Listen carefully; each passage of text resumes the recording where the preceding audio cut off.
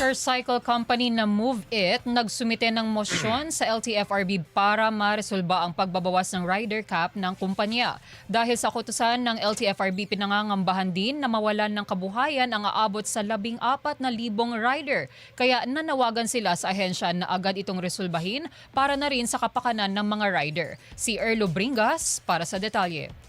Nangangamba ngayon ang motorcycle company na Move It na posibleng magkaroon ng mass layoff sa kanilang hanay na aabot sa 14,000 motorcycle riders dahil sa abalang idudulot ng kautusan ng LTFRB nitong nakaraang araw.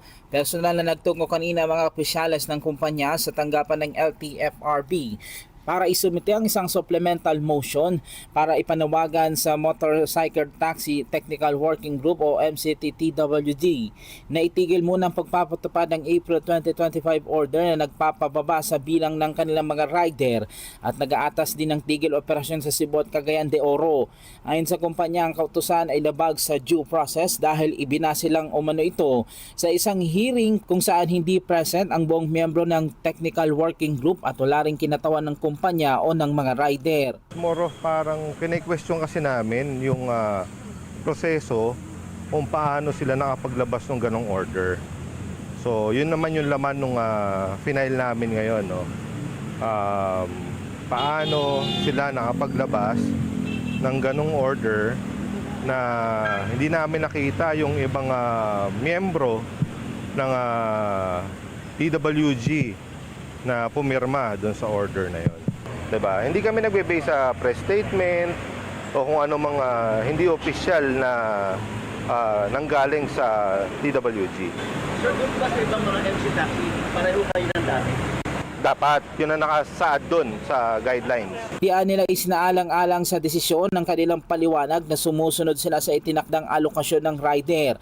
Alinsunod pa rin sa guidelines ng Pilot Implementation Program para sa motorcycle taxis. Binigyan din ng kumpanya na ang pagpapatupad ng order ay magre-resulta sa pagkawala ng hanap buhay ng mga rider ng halos 7,000 riders sa Metro Manila, 3,000 riders sa Cebu at 3,000 rin sa Cagayan de Oro. Maliban dyan, malaking epekto din ito sa mga commuter na umaasa sa MC Taxi na isa sa mabilis na uri ng transportasyon lalo na ngayon ay sisimulan ng EDSA rehabilitation at posibleng mas lumala pang traffic sa Metro Manila. Yun yung napag-usapan nila nung time na yon. Ang sa amin lang kasi since 2022, no, nung nagsimula kaming mag-operate sa Move It, pagandahin yung Move It, wala kasi kaming nabasa o nakita na nagsasabi na, hey, Move It, hanggang 6,000 or hanggang 7,000 riders ka lang. Nag-base pa rin kami dun sa guidelines na tinakda nila. So, yun lang yun sa amin, no? Kung ano yung naisusulat, doon kami nagbabase ng aming desisyon at ng aming operation. Wala po ako nakitang papeles o dokumento dun sa agreement na yon. Iniokasyon din ng grupo ang tila timing na utos na itinapat pa ng Labor Day na dapat anila pagkilala sa mga manggagawang Pilipino. Kinikilala naman nila ang kapangyarihan ng TWG na mag-regulate, ngunit dapat daw itong isinasagawa ng naaayon sa batas at may sapat na konsultasyon sa mga apektado. Sa batala, tiniyak din ng kumpanya sa mga rider na hindi mawawala ng hanap buhay ang mga ito at tiniyak nilang ilalaban ang kanilang karapatan. Yes. May communication kami. We always do that. No? We communicate with our riders through the team.